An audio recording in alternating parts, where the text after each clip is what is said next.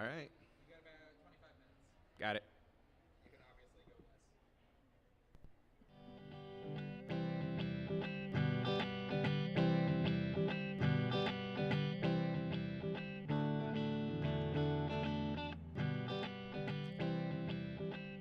Welcome to Bunny Trails, a whimsical adventure of idioms and other turns of phrase. I'm Shauna Harrison.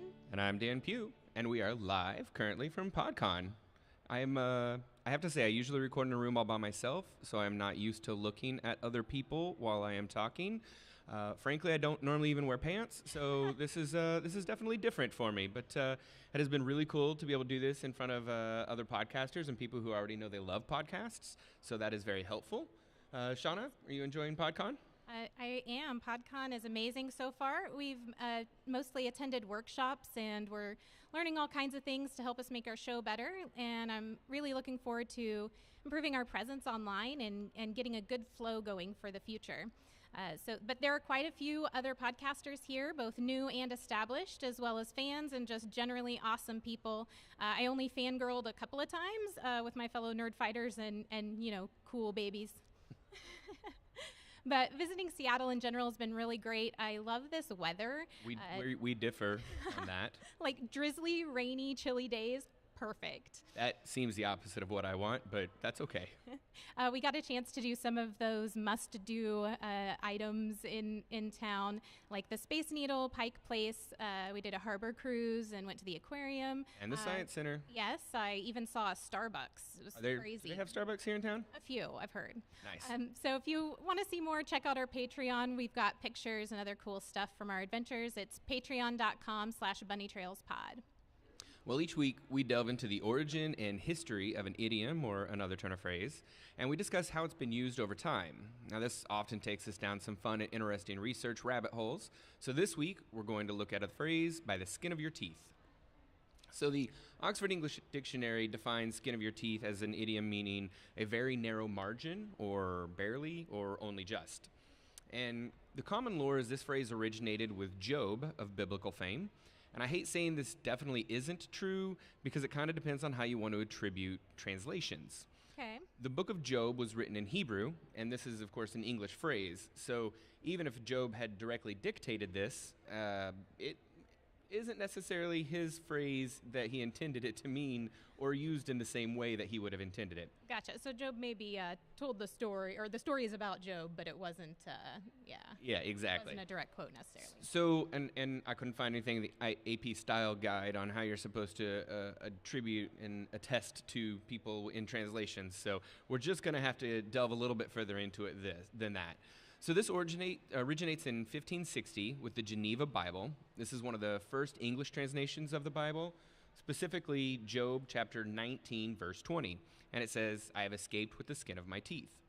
Now, let me tell you first, trying to research earlier language versions of the Bible was difficult because the character's name is Job, which is spelled J-O-B, which in English is spelled just like the word job. So I Google, see where this is going. Yeah, exactly. Google kept telling me that jobs were available for biblical translationists, which is apparently a very lucrative business. So if you're looking for a new career path, I guess that's an option for you. Good to know. So the Geneva version of the Bible wasn't the first English translation. Wycliffe's gets that honor. Mm-hmm. And of note, Wycliffe's translated the phrase differently, more like, "Only my lips were left around my teeth." That sounds gross. That does sound gross. And the Oxford English Dictionary even points out that they're not entirely sure the translation is accurate, and there's a lot of debate over it. So Job may not have even meant for this to be a narrow escape in the context of what he was talking about. However, the Geneva Bible, though, is still hugely significant because it was the first mechanically printed, mass-produced Bible that was made directly available to the general public. That's actually, I think that's pretty cool. Like, that's a significant feat there alone, that mass production and making it accessible like that. Especially once we talk about Queen Mary, who was very much not a fan of that kind of a thing, but we'll get to that in just a minute. Okay. So the Geneva Bible also had a variety of study guides and aids, and including verse citations that allow the reader to cross-reference one verse with numerous relevant verses in the rest of the Bible. It also included introductions to each book of the Bible that acted to summarize all of the material that each book would cover, which is something you see in Bibles that are printed in English and other languages today. Right. So a quick oversimplified version of the book of Job. Job was said to be a great man who had the utmost faith in God. Satan claimed that Job only followed God because God protected Job. So God gave Satan permission to test Job's faith so long as Satan didn't kill him. And Satan takes away Job's home, wealth, and even kills his family. And Job goes through this variety of emotions and coping mechanisms and woe is me's and such, probably all warranted, but still remains faithful to his God. And at the end, God gives Job back all he lost and then some, I think as much as that could be possible. So I don't know about you. Doesn't sound like a good deal. No, this sounds awful. This is horrible. If you're a protector of a person and you let that person get fired, robbed, and your wife and kids all murdered just to prove that this person will still like you when they're done, that's horrible. It doesn't sound awesome. I don't need that kind of protector in my life. But anyway, so by the same token, if that protector is supposed to be an omnipotent being, well, then I think what that makes me think of is there's an episode of Star Trek The Next Generation called Survivors, and the Enterprise follows a distress signal and finds a world to be completely destroyed, save an older couple. It turns out the old man is not human as he appears, but is an immortal energy being with biblically awesome powers. His species are pacifists, but when the woman he loves is killed fighting an invasion force, he retaliates by not only killing the attackers, but also destroying their entire race. About 50 billion souls. That is a lot of damage. Yeah, and to do it at the snap of the fingers. I mean, it's like we're talking Infinity War kind of stuff, Thanos stuff here. Hey. Oh, no yes, spoilers. no spoilers. Sorry, you still seen haven't seen it. Listen, the next one's about to come out. I don't know how you've avoided things so far this far. Anyway, at the end of it, Picard basically, in all of his wisdom, says that they're just not qualified to judge this being because they don't even have laws to fit the magnitude of the crime. And I kind of feel that way about the God of the Old Testament.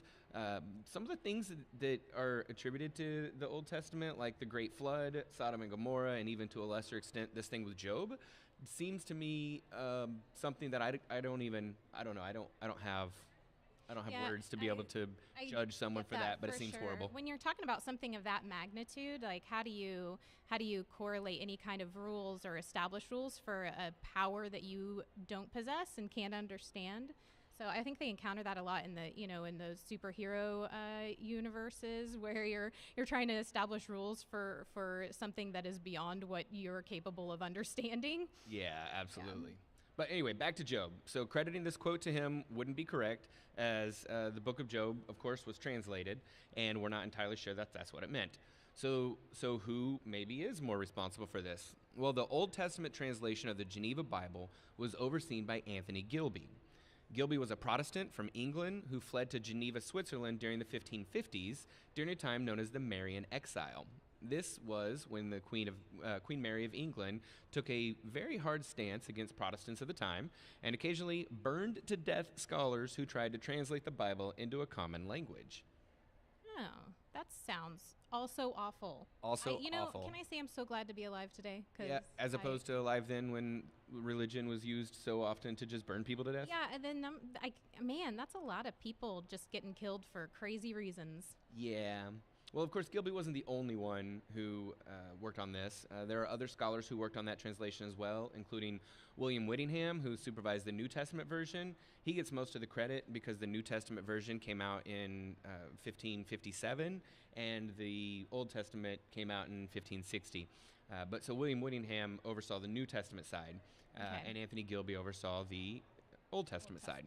There were others as Miles Coverdale, Christopher Goodman, and Thomas Sampson, along with William Cole, all also worked on the Old Testament translations. So it's likely one of these folks actually originated this phrase based on their interpretation of what Job was said to have said. Now, as I alluded to before, there is some disagreement over whether or not the translation is accurate with this specific phrase, but it doesn't really change the fact that it is the translation on paper since 1560, and it is the actual first attestation of our phrase. So, accuracy of this translation notwithstanding, we can, unlike most idioms, we can clearly state that the first time we think this was used was in the 1560 version of the Geneva Bible. I think, one, it's really neat to be able to pinpoint a date because it's so difficult in language to find a specific date of when something was first used, whether that's in literature or in speech or any of that. But also, I love the fact that basically somebody was translating the story of Job and found one part of it and just like threw their own little analogy in there, and just it turned into something that still is being used. Right. Well, it is hard not to read the book of Job and not come away with the same interpretation that he did escape barely by the skin of his teeth. At least the way we use the phrase today. So this translator was like, basically? I'm creating a new idiom for this purpose. So as with most of our idioms, though, if you do a quick Google search online, you will find the wrong place that this is said to originate. So most of the articles and things that you look at for skin of your teeth say it originated with the King James Version of the Bible. Mm-hmm. But we know this is untrue, and we can categorically debunk this because the first King James Version of the Bible came out in 1611. And the Geneva Bible came out in 1560, so there is a full 50-year difference between where most of the internet thinks this phrase came from and where we see it attested for the first time. Sweet. So we've got it. It's established. Geneva, people. Right. Absolutely. So, of course, 1560, we saw that. And then in 1643, or for 1647, there's another example where the Earl of Clarendon uses this in his psalms and tracts that he wrote. And he says, "He reckoned himself only escaped with the skin of his teeth, that he had nothing left." So okay, wait, this isn't Psalms that he wrote, but contemplations on the Psalms, right? Right, it's contemplations on the Psalms. So yes. He wrote the contemplations. Yeah. He did not write the Psalms. Okay. So in the mid-1600s, we still see this phrase being used exactly as the way it was originally and the way we use it today. And we're going to see a pattern there. So in 1774, Ethan Allen of the American Revolutionary fame also gave a brief narrative proclamation in the city of New York. And he said, "They left their possessions and farms to the conquerors and escaped with the skin of their teeth." Nice, yeah. In 1816, J. Marsden wrote in a narrative mission through Nova Scotia. He said, "Having escaped by the skin of my teeth, I may be allowed to look back upon the dangers I have passed, as with the voice of salutary warning, to point them out to others." Nice. Like, listen, don't learn yourself. Learn from my mistakes. That's Right. that's what he's saying there. Absolutely. And even in the 1940s, we still see this. So J.R.R. Tolkien got in on this. He wrote a letter good in... old Tolkien. I love Tolkien. So he wrote a letter in March 1941 and said, "I ought to have got a good scholarship. I only landed by the skin of my teeth, an exhibition of 60 pounds at Exeter." Nice. So we even see this all the way through from 1560 through the 1940s. We still see this phrase used in exactly the same way. And I love the fact that it hasn't changed. Really, it hasn't changed in over 450 years because it's still used frequently today, and we'll talk about that right after the break. But it is very interesting to see just this phrase sticks to it. It hasn't changed at all. And that's very, very odd for an idiom of over 450 years old. Yeah, it's awesome.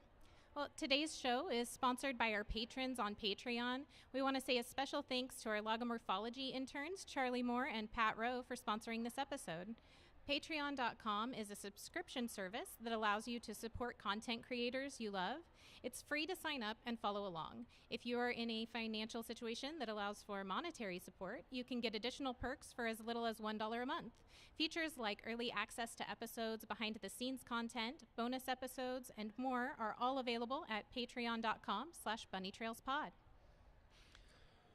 So looking at Google Trends, we see this phrase or some variant like it, skin of my teeth, skin of your teeth, skin of his teeth, skin of their teeth, as all having the typical ups and downs of most phrases since they started tracking it in 2004. Mm-hmm. It is interesting, though, the dispersal on the trends show that this phrase is primarily used on the coasts, the east or the west coast mostly, the east coast pretty heavily as well, but far less in the Midwest and in the northern parts of the states. Okay. So I found that to be an interesting trend, and I've been this is the furthest west I've ever traveled, and I don't know that I've ever heard anybody say it here, but I definitely have heard it used in casual conversation on the East Coast and in Texas, where I'm originally from. But the more I think about it, I don't know that I've heard it a lot in Kansas, where we live now. Yeah, I've heard it a couple of times over my life, but not on a regular. So I think that's probably pretty true for the Midwest, at least. On a regular. On a Are regular. we creating a new phrase ourselves Yes, here? that's my On a idiom. regular. It's fine. That's just how we're going to do it. So a couple of examples, we see this in pop culture and in works of arts. The Skin of Our Teeth was a play by Thornton Wilder, which won the Pulitzer Prize for Drama. It opened in 1942, and it has 3 acts that don't form a continuous narrative, but they all tie biblical stories into modern concepts.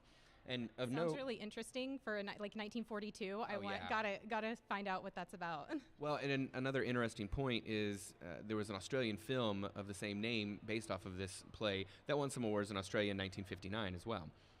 And then there's also, if anybody's a fan of the group Megadeth, there's Skin on My Teeth. Heck That yeah. is a song that is more your style of music.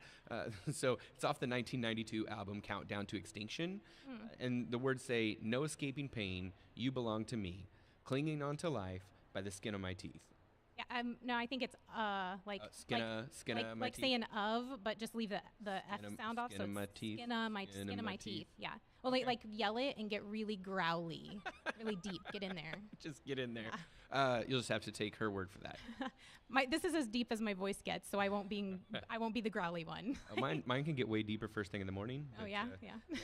We've been up for a bit now. So By the Skin of His Teeth is also a book by Anne Walsh. It came out in 2004, and this is the 3rd book in the Barkerville mystery trilogy, which follows the like a good mystery. Oh yeah, so of course it's a trilogy, so it follows the strange events of a 17-year-old living in 1860s British Columbia. Now, what I'm not sure of, since I haven't read them, was he 17 in all 3 of the books? Does he just not age? Or was he 17 in the first book and then 19 in I don't know. Maybe it pulls a Harry Potter and it's like each year is a probably each book is a year or something. Possibly. Yeah. I don't know.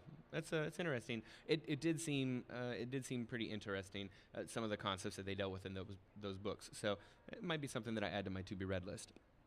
Also, By the Skin of Our Teeth, the art and design of Morning Breath. Well, it's not quite what you think. So this book by Jason Noto and Doug Cunningham came out in 2017, and it is a visual history of Morning Breath Incorporated, the Brooklyn-based boutique design studio whose collaborators included renowned musical artists from Jay-Z to the Foo Fighters, as well as such top brands as Vans and Adidas. That's interesting. I had no idea that. Also, where did they get the name for their company? I'm kind of wondering. I do not know. Listen, we need a name, and they look at each other, and one of them's like, Breath. "You have morning breath," and they're Let's like, go with that. "That's it. That's it. Got it. Nailed. No, Done. totally. That's probably Incorporated. I bet that they probably talk about this in the book. Oh, probably. So it might be something to check out. So one of my favorite things about this phrase here is that it's a great reminder that sometimes the origin of an idiom is just an accident. So with Skin of Your Teeth, there was simply a guy who translated a text into another language, and boom, this idiom is born. And for 450 years, this idiom has been used in pretty much the same way by English speakers all across the world. And I think that's a super awesome thing to think about. So, how great is it that one can simply put something on paper and have it turn into something that people say for 20 generations and counting? Yeah, I think this is the first phrase that we've had that's really done that the entire time. A lot of them will circle back around to the same meaning, or we'll find that they kind of transition into how we use them today. But this one, the fact that it means the same thing as its origin, is really cool. Yeah, it's definitely not what we normally find. Also, the other thing about this is we can pinpoint the moment it entered the lexicon, which, fortunately, since it was in an English translation of the Bible and future translations of the Bible continued to use that same translation, it definitely gained in popularity. So we know exactly how it became popular, where it first started, and it hasn't changed meaning at all. And that is probably the first time we've ever seen that with a turn of phrase. So for current or aspiring writers, remember that. Keep dreaming, keep writing, start writing if you haven't started writing, because someday those words you wrote will be talked about by your great. There were 20 of them. 20 greats in that. You remember the what was that movie with the Emperor's New Groove? That's the one. Yeah, with the little kids. Yes, trying to that's distract exactly. Yzma. And she's like jump roping. Roping. Great. Great. She just counts forever. Yeah. Yzma was definitely old. Great grandma. Mm-hmm. Great grandkids. All right, well, that about wraps us up for today. Thanks for joining us here at Podcon, and a huge thanks to Ben Ratner and the fine folks at LiveU for helping us make this episode. We greatly appreciate letting us have the space here. I'd also like to say a big thank you to those who posted reviews for the show. Leaving a review really is the easiest way to support our show or any podcast. So best of all, it's free. Go to the place wherever you get your podcasts and leave a review for your favorite shows. Throughout the week, you can catch us on Twitter and Instagram, and occasionally even Facebook, all at Bunny Trails Pod. If you have a suggestion for an idiom or other turn of phrase, catch us on social media or head over to Patreon and let us know. We post most of our additional content on Patreon, and you can follow along there for free. Of course, if you want to support the show through monetary means, we're okay with that too. Either way, head over to patreon.com/bunnytrailspod for all the latest content. So thanks again for joining us, and we'll talk to you again next week. Until then, remember, words belong to their users.